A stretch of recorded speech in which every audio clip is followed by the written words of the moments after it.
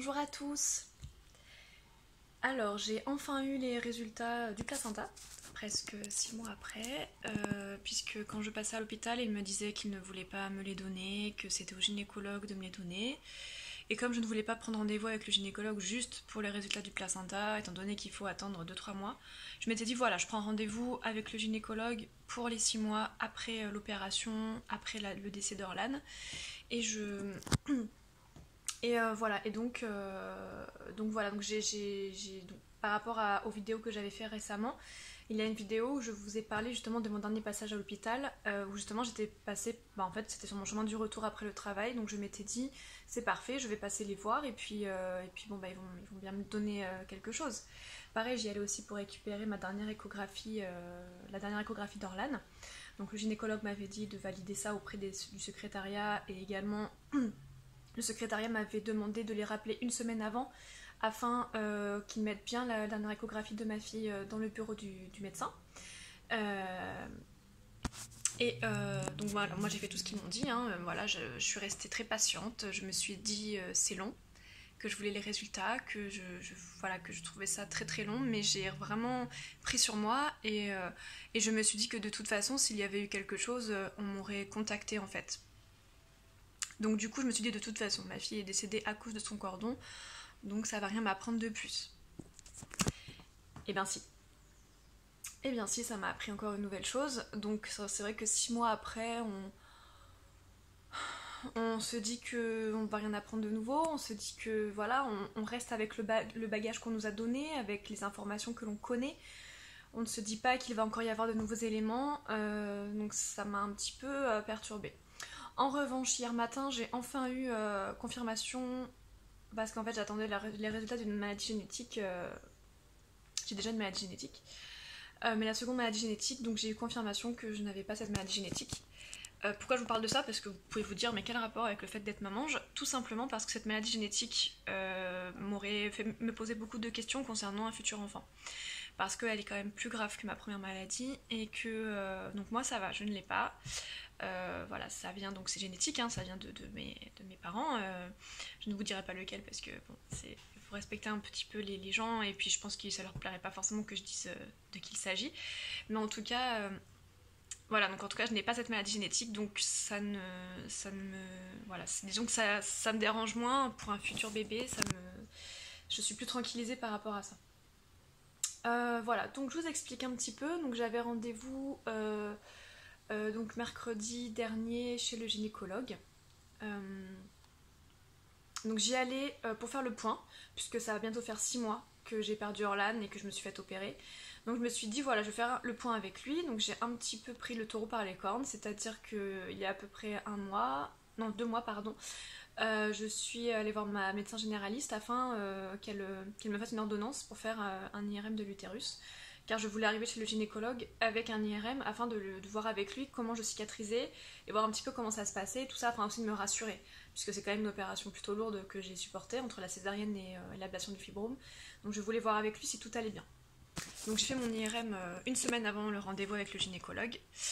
Donc du coup l'IRM, voilà, quand je demande au médecin après l'IRM, il me dit qu'il n'y a rien de problématique, hein, que tout va bien. Donc le jour du rendez-vous avec le gynécologue, en fait il était appelé pour une césarienne en urgence, et en fait il m'a pris avec 1 heure et quart de retard, mais bon ça j'ai l'habitude, et puis je lui jette pas la pierre, je sais très bien que ils ont énormément de travail, c'est un travail très très difficile, très fatigant, et voilà, et chapeau quoi, bravo de faire ce travail, et enfin voilà, bravo quoi. Donc du coup j'arrive dans le bureau, j'étais avec mon mari et une amie, et donc je lui montre l'IRM, voilà, donc tu voyais qu'il était quand même moins souriant que d'habitude, je voyais que voilà qu'il était un peu dans le jus et que voilà. Euh, donc du coup il me dit que l'IRM c'est bien, il me dit en revanche j'aimerais bien faire une échographie, voilà, pour vérifier un petit peu la cicatrisation de l'utérus, donc on vérifie ensemble, enfin il vérifie mais bon je voyais avec lui sur l'écran, et du coup il me dit que je cicatrise plutôt très très bien. Il me dit que normalement ma cicatrice devrait être plus épaisse au niveau de l'utérus, et du coup que c'est très bien, que je cicatrise vraiment très rapidement, donc ça c'est hyper positif. Voilà, donc il me demande si tout va bien, voilà, au niveau voilà, au niveau du ventre, au niveau urinaire, etc., etc. Voilà, donc ensuite, donc, je lui dis voilà, moi j'ai demandé donc au secrétariat comme vous m'aviez demandé, je suis passée les voir il y a un mois, j'ai rappelé il y a une semaine afin qu'elle descende de l'échographie d'Orlan. Il me dit qu'il n'a rien. Il me dit que c'est pas que ça arrive souvent en fait, que il dit voilà, j'aimerais bien qu'elle m'aide un petit peu que les secrétaires m'aident un petit peu à me faciliter la vie, etc. Je dis oui, je comprends, franchement c'est chaud quoi, parce que bon, moi personnellement je comprends les choses, donc je le vis pas bien. J'aurais aimé avoir la dernière échographie de ma fille, mais voilà. Donc ce que je ferais, c'est pas grave, c'est que bah du coup il m'a fait un papier pour que je puisse aller le chercher au secrétariat. C'est marrant parce qu'il se renvoie la balle en fait. Moi quand je vais au secrétariat, il me dit non c'est lui qui l'a, c'est lui qui vous le donnera le jour du truc. Et puis quand je vais le voir, c'est ah bah non faut monter tout ça. Donc bon, voilà, c'est encore des trucs à faire que je considère que j'aurais pas à faire étant donné tout ce qui m'est arrivé. Honnêtement, je donne beaucoup de ma personne, je prends vraiment sur moi pour faire tout ça parce que je veux la dernière échographie de ma fille et tout ça, mais je considère qu'il devrait aussi un peu m'aider quoi. En plus là il avait marqué que ça fermait à 17h le bureau des secrétaires, et en fait moi je suis passée, il était quoi, à 16h. Ouais c'est ça, 16h, et bah, c'était fermé en fait. Donc bon, bref, donc là n'est pas le sujet principal de la vidéo. Donc le sujet principal de la vidéo, c'est le résultat du placenta.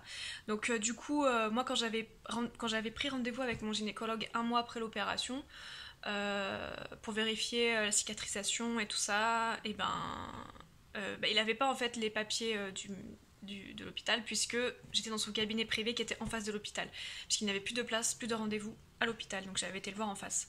Et donc il n'avait pas le résultat du placenta, et moi j'étais tellement perturbée, choquée par tout ce qui venait de m'arriver, que j'ai fait une feuille recto verso de questions, mais j'ai complètement oublié le placenta. J'ai complètement oublié. Donc le fibrome, donc le résultat du fibrome, fibrome bénin, hein, dû à ma maladie génétique de toute façon. Et par contre, voilà, second papier, donc analyse du placenta. Donc moi je n'ai pas le papier de l'analyse sous les yeux, c'est le gynécologue qui me dit voilà, je vais vous lire, je vais vous expliquer un petit peu l'analyse, etc. Ok, donc il avait le papier sous les yeux, il m'explique, il me dit oui, il y avait un petit hématome placentaire, voilà, une petite thrombose ou thrombose, je sais plus comment on dit. Je vérifie. Une thrombose. Voilà, il y a une petite thrombose, il me dit c'est un petit hématome du placenta, voilà, ça change rien, dans tous les cas, c'est le cordon. Voilà, et il me dit voilà, il marque que ça peut être lié à la souffrance fétale, mais bon, ils sont obligés de marquer ça puisque voilà, c'était une thrombose, donc mais bon, ça change rien. Voilà, en gros, ce qu'il m'a dit. Ok, donc moi je pars avec cette idée que ça aurait rien changé, que c'est quelque chose qui doit être assez bénin, qui doit arriver assez souvent. Voilà, donc moi je pars de là et tout, plutôt contente avec mon mari et tout ça, de me dire je cicatrise bien, c'est vachement positif pour l'avenir. Et voilà. Et du coup, moi je rentre à la maison et puis je lis du coup le compte rendu du placenta. Donc déjà, un fait assez étrange, donc il y a marqué donc MFIU, donc MFIU c'est mort fétale in utero, à 38 semaines d'aménorrhée. À la fin de l'analyse, il marque que les membranes correspondent à 41 semaines d'aménorrhée. What the fuck? Est-ce que mon placenta aurait vieilli plus vite? Est-ce que j'avais un problème? Est-ce que c'est dû à la thrombose? Déjà, première question que j'aurais beaucoup aimé demander à mon gynéco. Mais comme lui, il ne m'a pas donné le papier entre les mains, il m'a juste expliqué, je n'ai pas pu lui demander.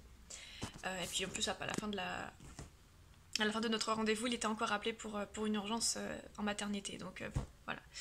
Du coup, ça aurait été un peu compliqué. Et puis, je préfère qu'il aille en urgence à la maternité, voir si tout va bien, plutôt que de m'expliquer un papier. C'est complètement compréhensible et je l'entends. Et voilà, j'essaie d'aller plus loin que le bout de mon nez. Et surtout, j'essaie de pas être égoïste et de penser aux autres. Voilà. Donc, voilà. Donc, je veux dire, je lis ça, je trouve ça bizarre. Bon, ok. Ensuite, donc, je lis. Donc je lis qu'en fait il y a la présence d'une thrombose sous-coriale et d'un dépôt de fibrine basale et lardacée, représentant environ 5%. Présence d'un kyste interparenchymateux. Ça, bon, je sais pas ce que c'est, je pense que bon, c'est rien, c'est un kyste, c'est rien de. Voilà. L'examen retrouve une thrombose sous-choriale et les dépôts de fibrine. Il concerne des villosités placentaires de petite taille à axe fibreux, à revêtement bistratifié sans hyperplasie ni atypie. Hyperplasie ni atypie, je sais pas ce que ça veut dire. Absence d'inflammation. Les membranes ont un revêtement unistratifié, cylindrique, sans irrégularité, inflammation ou pigmentation. Absence de cordon, parce que je pense que de toute façon le cordon, vu qu'il était autour d'Orlan, voilà, donc clairement ils l'ont pas pris. Les membranes correspondent à 41 semaines d'aménorrhée. Conclusion. Examen d'un placenta sans cordon, évoquant un terme de 41 semaines d'aménorrhée. Présence d'une thrombose sous-choriale et de fibrine pouvant être liée à la souffrance fœtale. Voilà. Moi je lis ça, ça me perturbe.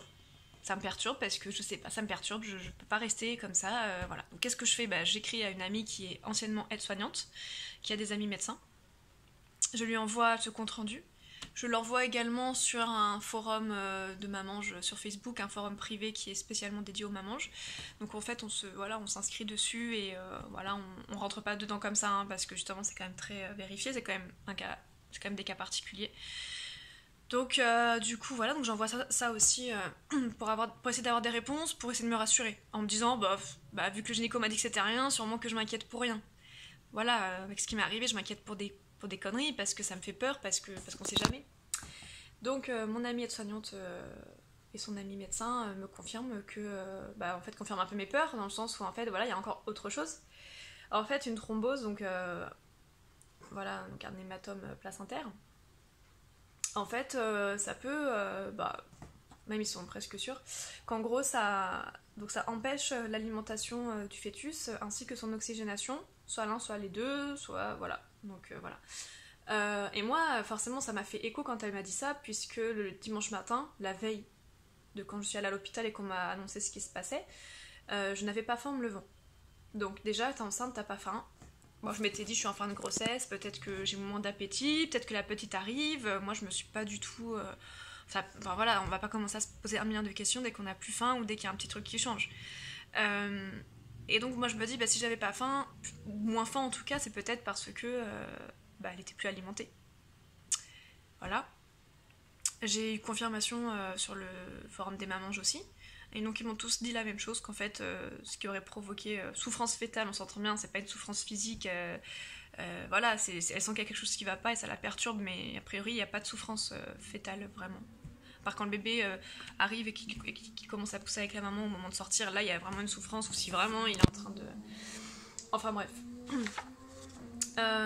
Donc du coup voilà, donc ils me disent ça et que voilà, et qu'en fait moi je lui dis mais je comprends pas, c'est sur le placenta, c'est pas sur le cordon. Elle me dit oui mais tout est lié. Elle me dit s'il y a un hématite, il y a une thrombose de placentaire, ça joue forcément sur le cordon. Voilà. Donc voilà, donc du coup après je vais aller voir sur internet, ils disent que c'est 1% des grossesses, que ça arrive que ça arrive entre 6 mois et 9 mois, donc à la fin de la grossesse. Donc voilà, donc je me dis encore un truc hyper rare que je me tape, et remarquer 1%, c'est quand même assez énorme au final, c'est quand même une personne sur 100, c'est pas rien. Donc voilà encore un nouvel élément à essayer de digérer, à essayer de comprendre, qui fait mal, parce que en fait on sait rien de ce qui se passe dans le ventre, dans l'utérus, on est perdu quoi, on sait jamais ce qui se passe réellement, et c'est fatigant, hein. Moi vraiment ça me fatigue, je commence à en avoir marre en fait. Voilà, et puis bon, forcément, moi, mon amie me rassure, elle me dit qu'il n'y a pas eu de souffrance. Je la crois, puisque je sais très bien qu'elle ne m'aurait pas menti. Voilà, parce qu'elle s'y connaît bien au niveau médical, puisqu'elle c'est une ancienne aide-soignante, et son ami médecin aussi a confirmé que voilà, qu'il n'y a pas vraiment de souffrance, que c'est voilà, l'enfant sent qu'il y a quelque chose qui ne va pas, donc il essaie de réagir. Donc voilà, donc moi la chose que je me dis, et peut-être que je me plante, mais moi ça me rassure d'essayer de comprendre et d'essayer de mettre des mots sur ce qui s'est passé. Je me dis, voilà, j'ai fait une thrombose placentaire, du coup elle a commencé à être moins oxygénée, moins alimentée, peut-être juste moins alimentée, peut-être qu'elle respire, peut-être que son oxygénée, vu qu'elle respire pas, oxygénée au niveau voilà, du corps et du cerveau, etc.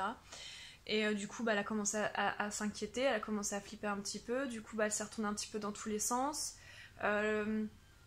Du coup ça, plus le fait que j'avais une thrombose, ça a provoqué des contractions le dimanche soir. Étant en flip, etc., elle s'est retournée plusieurs fois, elle s'est enroulé son cordon 4 fois autour du cou, et voilà. Et du coup le lundi quand je suis allée à l'hôpital, dans ces cas a été décédée à cause du cordon, mais en fait ce serait sûrement a priori dû à cette thrombose placentaire. Donc du coup voilà, voilà, je fais par rapport à ce que j'ai vu sur internet, par rapport à ce que m'a dit mon ami, par rapport aux mamans qui m'ont très agréablement répondu et qui ont été adorables avec moi sur le forum sur Facebook. Donc voilà, donc après si vous avez d'autres informations concernant la thrombose placentaire, sachant que moi c'était 5%, que a priori 5% du placenta, hein, que c'était sous-corial. Que les fibrines basales et lardacées, que les fibrines étaient basales et lardacées. Voilà, moi je comprends pas tout, donc si vous pouvez m'aider, ce serait top. Voilà, que les villosités placentaires de petite taille avec fibreuses ont un revêtement bistratifié sans hyperplasie ni atypie. Voilà, je vais regarder ce que c'est sur internet, je comprends pas trop hyperplasie ni atypie. Je dis atypie, ça doit être le fait qu'il n'y a pas de trucs bizarres, je suppose. Absence d'inflammation, est-ce que ça joue sur quelque chose? Voilà. Est-ce que... Ah oui, alors ça, par contre, si vous pouvez m'éclairer sur ça, parce que pareil, ça, même mon amie aide-soignante et puis les mamans, je ne savent pas trop répondre. Pourquoi j'étais à 38 semaines et demie d'aménorrhée et pourquoi mon placenta en paraissait 41? Est-ce que c'est dû à la thrombose? Voilà. Est-ce que si vous avez des réponses, ce serait super cool. Moi, voilà, parce que je vais pas reprendre un rendez-vous avec mon gynéco pour ça, puisque voilà, il a clairement... voilà, ça va mettre 2 mois pour prendre le rendez-vous et puis je vais pas aller le voir que pour ça, donc c'est un petit peu...